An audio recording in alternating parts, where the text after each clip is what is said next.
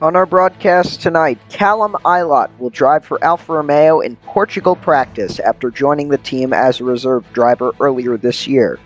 An update, NASCAR will run an iRacing event on the newly added Chicago street course.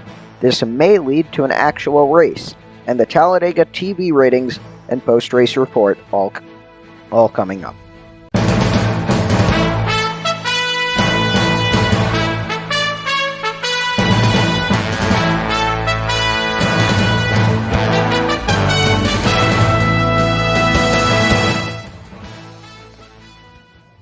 Good evening. Ferrari Driver Academy racer Callum Ilott has signed on the dotted line with Alfa Romeo to become the team's second reserve driver and will get a chance to drive in FP1 sessions this season, starting with this Friday in Portugal. The Briton, who is fulfilling the role of test driver for Ferrari's F1 Works team this year, has experience with Alfa Romeo, having first tested with the team in 2019 and most recently in the end of the season Abu Dhabi test last year. The 22-year-old will share reserve duties with Robert Kubica, who will be unavailable at some Grand Prix this year owing to his racing and testing commitments in other motorsport categories. The Pole having secured his first LMP2 victory in the Le Mans Series opener this month.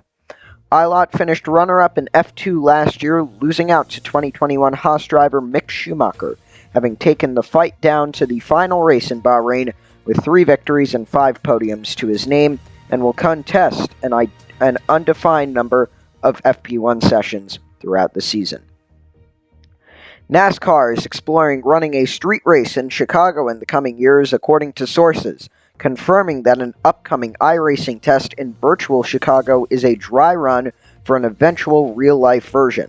The sanctioning body is in the midst of planning out its schedule for next season as it continues to reimagine the types of tracks it races at, having added a dirt race at Bristol and several new road courses to the schedule this year. NASCAR on June 2nd will hold a virtual iRacing event on the streets of Chicago as part of the Pro Invitational Series aired by Fox and NBC. While there was a clear implication that NASCAR could be testing something, and NASCAR executives have in the past acknowledged that they could eventually try out a street circuit, officials have stopped short of confirming that they were actively working on a real-life circuit. However, sources have confirmed to Sports Business Journal's Adam Stern that this is the case, with NASCAR having been out in the market in recent months talking to potential race promoters about taking on the project. NASCAR could run the event as soon as 2022, but is still in the early to middle stages of putting the project together, and it is possible the project could get delayed. Sources say it's also possible NASCAR could choose to promote the event itself.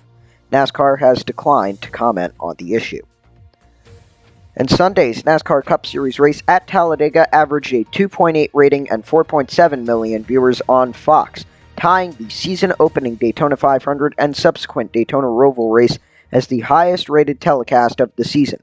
It trails only those races as the most watched, with the Roval second at 4.75 million and the 500 first at 4.83 million. Ratings were flat and viewership increased 4% from the last time Talladega was run as scheduled 2 years ago at 2.8 rating and 4.52 million viewers, compared to last year's spring Talladega race, a Monday makeup in June. Ratings increased a third from 2.1% and viewership 41% from 3.33 million. The corresponding Xfinity Series race pulled a 1.0 rating and 1.6 million on Fox Saturday, up 60% in ratings and viewership from June of last year at 0.65 and 998,000, and up 65% and 62% respectively from the previous April edition in 2019 at 0.63% and 988,000. Keep in mind, the race did air on FS1 in those years. The ARCA Series at Talladega rounded out the weekend slate with a .29 up 21% and 471,000 viewers up 31%. And to end off this quick episode, NASCAR has released the post-race penalty report from last weekend's races at Talladega Superspeedway. There was a signal lug nut penalty to Kyle Busch's team in the Cup Series. The full post-race inspection report reads as follows: from 4/25/21, April 25th, the number 18 of Kyle Busch infractions at section 10.9.10.4 tires and wheels. The note was that the lug nuts are not properly installed, and crew chief Ben Beshore has been fined $10,000, the standard penalty for that infraction. And that has been MDM Racing News tonight for this Tuesday, April 27th, 2021. I'm Matthew Merlino for the MDM YouTube channel in Montvale. Good night.